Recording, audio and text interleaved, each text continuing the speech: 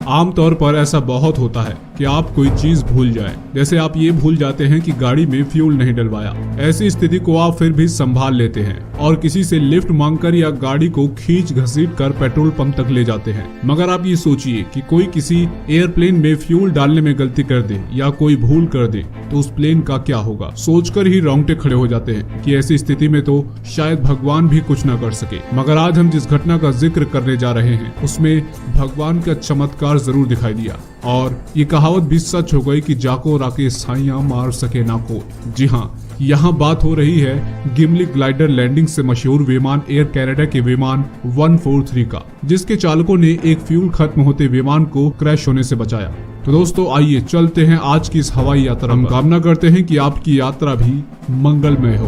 22 जुलाई 1983 को हर रोज की तरह कनाडा का एयर कनाडा एयरलाइंस विमान संख्या 143 ने टोरंटो एयरपोर्ट से उड़ान भरी और कुछ घंटों के सफर के बाद ये विमान टोरंटो के एडमंटन के एयरबेस पर जाकर उतरा, जहां इसका हर बार की तरह एक मेंटेनेंस चेकअप होना था। मेंटेनेंस होने के बाद अगले दिन इस विमान को दोबारा उड़ान भरना था।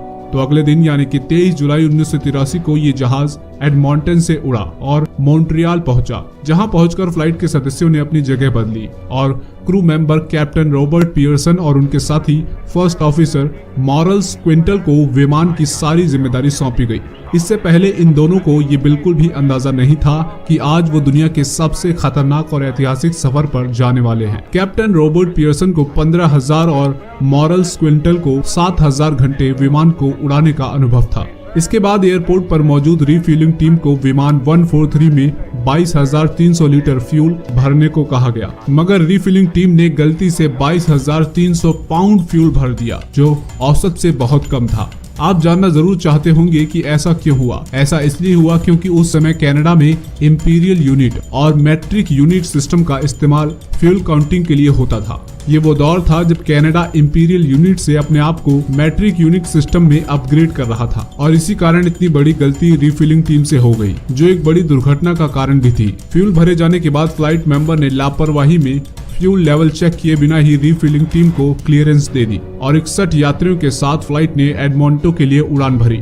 उड़ान भरने के दौरान कैप्टन को सब कुछ ठीक ही लगा, मगर कुछ देर बाद विमान का फ्यूल इंडिकेटर फ्यूल खत्म होने के इशारे करने लगा।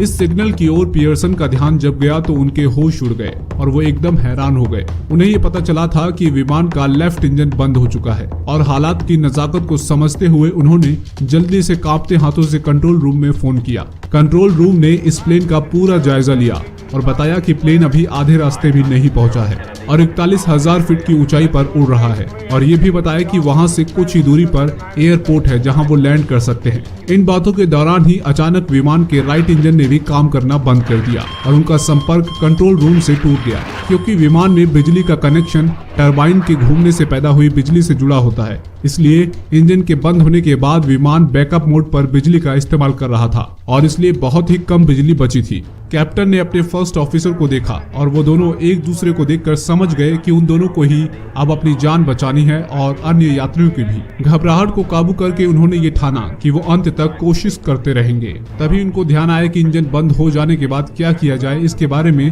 प्लेन मैनुअल में कुछ न कुछ जरूर लिखा होता है। उन्होंने उस मैनुअल को बहुत ही ध्यान से देखा और पता चला कि इस स्थिति से कैसे निपटा जाए इस बारे में उस किताब में कुछ भी नहीं लिखा है।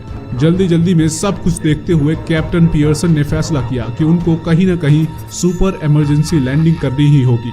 विमान तेजी से नीचे आ रहा था और ये अंदाजा लगाना मुश्किल हो रहा था कि विमान किस डायरेक्शन में है और कितनी तेजी से नीचे जा रहा है।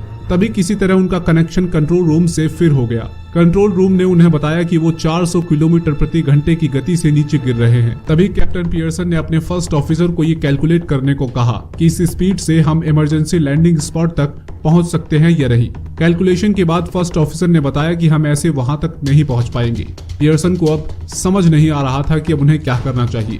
तभी फर्स्ट ऑफिसर को ख्याल आया कि यहाँ से पास में ही गिमली एयरबेस है जहाँ हमारा जाना आसान हो पाएगा। पर दोनों को ये बात बिल्कुल भी नहीं पता थी कि गिमली की वो जगह जहाँ ये एयरबेस हुआ करता था वो अब रेसिंग ट्रैक बन चुका है। जब विमान गिमली में पहुंचा तो उस समय वहाँ रेसिंग हो रही थी और हजारों लोग वहाँ स्टेडियम में मौजूद थे जो वहाँ रेसिंग का मजा लेने आए थे। ये देख कैप्टन पियर्सन और फर्स्ट मैन को एक और झटका लगा, पर वो वही लैंडिंग करने के लिए मजबूर थे।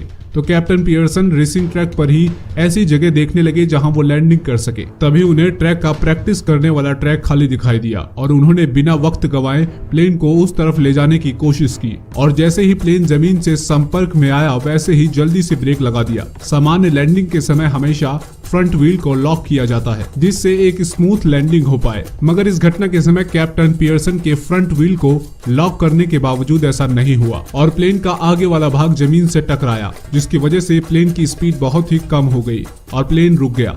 इस तरह एक बड़ी दुर्घटना को होने से रोका गया और पूरे 17 मिनट के बाद ये प्लेन लैंड हुआ। सभी यात्रियों को सुरक्षित बचा लिया गया और इसलिए इस लैंडिंग को गिमली ग्लाइडर के नाम से ख्याति मिली। कैप्टन पियर्सन को इस घटना के बाद सजा के तौर पर 6 महीने के लिए डिमोट कर दिया गया और फर्स्ट ऑफिसर को 2 हफ्ते के लिए सस्पेंड कर दिया गया क्योंकि इस दुर्घटना के पीछे उनकी भी लापरवाही थी। बाद में इस साहसिक लैंडिंग के लिए उन्हें IFA की तरफ से सम्मानित भी किया गया और वो दोनों आगे भी अपनी पोस्ट पर काम करते रहे। इस विमान एयर कनाडा 143 को 25 सालों तक सर्विस में रखने के बाद 2008 में रिटायर कर दिया गया। दोस्तों, भले ही पायलट्स ने गलतियां तो की पर उन्होंने अपने साहस से क्रू समेत 61 यात्रियों की जान बचाकर एक साहसिक काम भी किया, इसलिए ऐसे जज्बे को सलाम तो करना ही चाहिए। आप भी क्या ऐसा ही सोचते हैं? कमेंट बॉक्स में जरूर बताइए। प्यारे दोस्तों, अगर वीडियो पसंद आया तो वीडियो को लाइक और शेयर जरूर कीजिए। साथ ही इसी तरह के दिलचस्प वीडियोस को देखने के लिए आप चैनल को सब्सक्राइब भी कर सकते हैं। पूरी वीडियो में बने रहने के लिए और अपना कीमती वक्त मुझे देने के लिए आपका तहे दिल से बहुत बहुत धन्यवाद।